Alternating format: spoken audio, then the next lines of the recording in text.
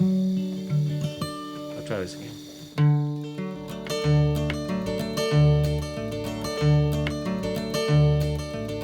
I heard about a place called heaven, place of rest and beauty rare. Heard about how Jesus made a way his people could go there. To me, one of the interesting things about the Crooked Road, it's 330 miles long. Well, it spans two fairly distinct regions, the Blue Ridge and the Coalfields region. And the geology there, the peaks are much sharper, the valleys are much narrower. In other words, it's much more challenging terrain. So the people that live there have a different way of life that's been reflected in their songs. Through the years and through the generations, all those colors mixed together and became what is now known as Appalachian music. This was sort of a drab place back in the 30s and 40s. The men spent most every day in the mines, and they needed something to lift their spirits when that hard day's work was done. Dad was a coal miner and worked his fingers to the bone to try to raise us 5 kids of all of our little gang, and he raised us up. And I know there's a lot of times he went out of the morning that he didn't want to go. A lot of the songs he wrote were down in the mines. And I tried to imagine what it was like and how in the world you could write a song about heaven in probably one of the most hellish places on earth, and that would be deep, deep down under the ground. When I was just a lad of 10, my father said to me, "Don't follow me into the mines. Go on, set yourself free."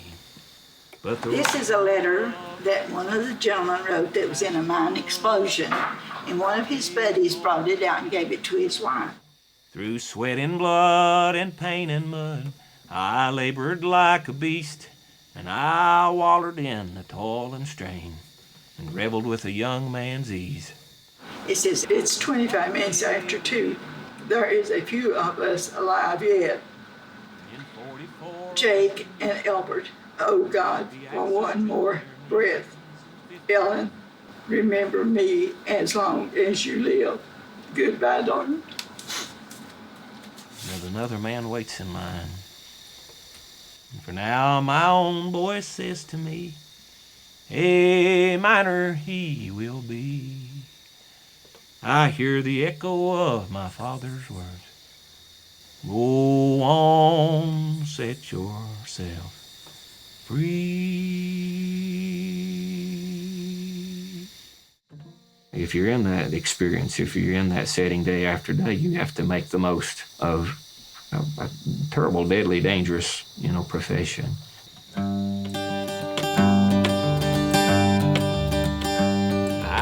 So Daddy sung, and Daddy sung, and he sung everywhere he went.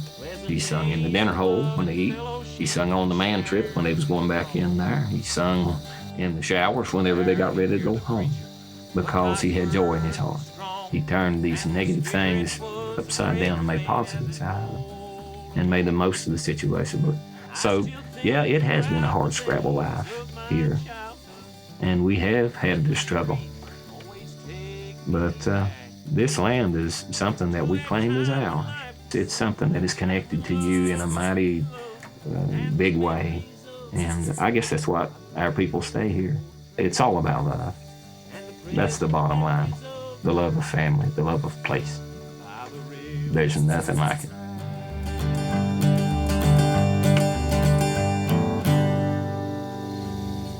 Simple little song, but it's about home.